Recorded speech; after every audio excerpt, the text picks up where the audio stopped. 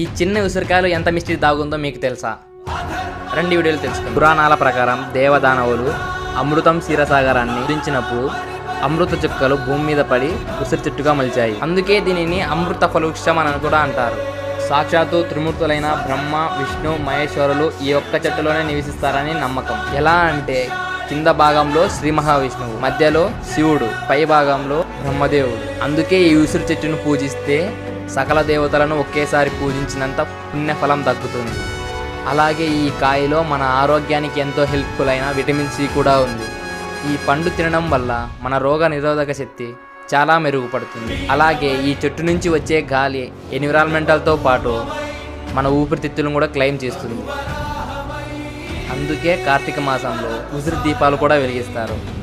మరి మీరు కూడా ఉసిరి దీపం వెలిగించారా? కామెంట్ చేయండి.